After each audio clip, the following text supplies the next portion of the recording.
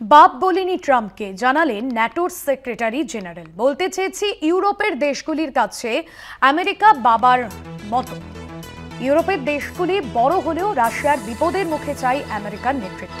এভাবেই পরোক্ষ বাপ বলে ট্রাম্পকে খুশি করার চেষ্টা।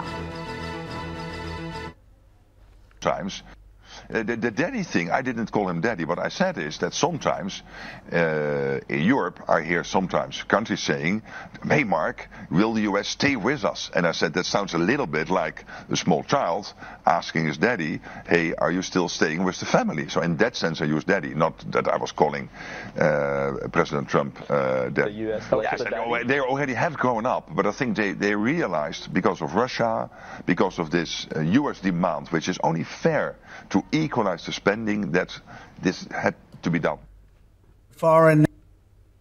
আর এই নিয়ে আরো বিস্তারিত জানবো। নিউজরুম থেকে রয়েছেন আমাদের পলিটিক্যাল এডিটর আশিস চট্টোপাধ্যায়। আশিস দা, ন্যাটোর সেক্রেটারি জেনারেল তিনি ঠিক কি স্পষ্ট করতে চাইলেন? দেখো, এই ন্যাটো বৈঠক শুরু হওয়ার ঠিক আগে যখন ট্রাম্প দ্য হেগ নামে শহরে, নেদারল্যান্ডসের এই শহরে রওনা দিয়েছেন, সেই সময় মার্ক রুট একটি মন্তব্য করেন যে তিনি আমাদের বাবার মতো, আমাদের ড্যাডি, সুতরাং তিনি এসে যদি হাল ধরেন ন্যাটোর, তাহলেই আমরা আজকের দুনিয়ায় ন্যাটোর যা কাজ, সে কাজ আমরা করতে পারবো।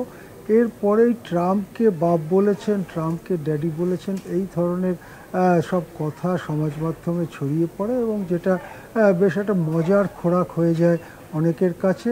এই নিয়েই পরে যখন প্রশ্ন করা হয় মার্ক রুটকে, তিনি বলেন যে আমি ট্রাম্পকে ঠিক ড্যাডি বলিনি, ট্রাম্পকে আমি বাপ বলিনি, আমি বলতে চেয়েছি যে ইউরোপের দেশগুলো আজকে যে চ্যালেঞ্জের সম্মুখীন, সেখানে আমেরিকার নেতৃত্ব দরকার।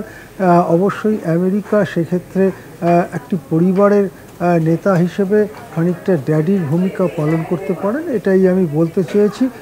সাংবাদিক যখন বলেন যে ইউরোপের দেশগুলিও তো এখন বড় হয়ে গেছে, এখন কি ড্যাডির প্রয়োজন আছে? অর্থাৎ একটি পরিবারে যখন ছেলেপুলেরা বড় হয়ে যায়, তখন কি তাদের ওই রকমভাবে বাবার নেতৃত্ব বা বাবার গাইডেন্স দরকার হয়?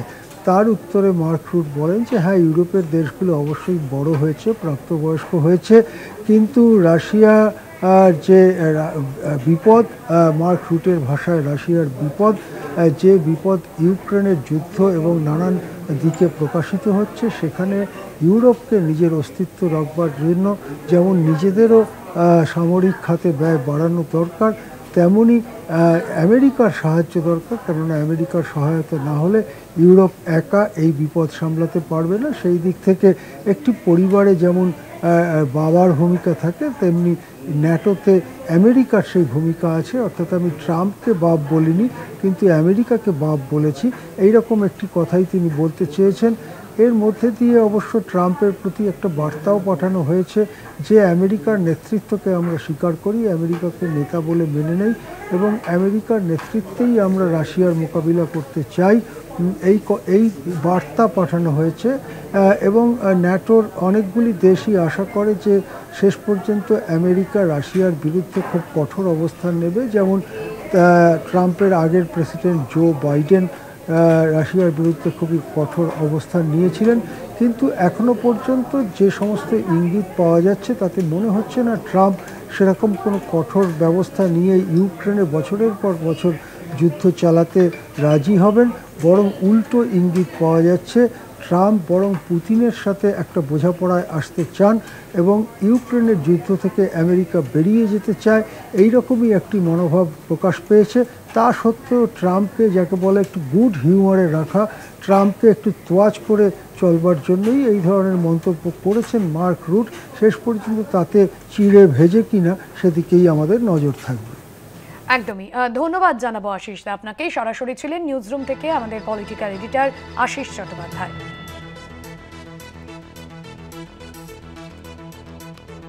বাপ বলিনি ট্রাম্পকে, এমনটাই বললেন। বলতে চেয়েছি ইউরোপের দেশগুলির কাছে আমেরিকা বাবার মতো। ট্রাম্পকে জানালেন ন্যাটোর সেক্রেটারি জেনারেল। বলতে চেয়েছি ইউরোপের দেশগুলির কাছে আমেরিকা বাবার মতো, ইউরোপের দেশগুলি বড় হলেও রাশিয়ার বিপদের মুখে চাই আমেরিকার নেতৃত্ব। এভাবেই পরোক্ষে বাপ বলে ট্রাম্পকে খুশি করার চেষ্টা, তাই নিয়েই প্রশ্ন উঠছে।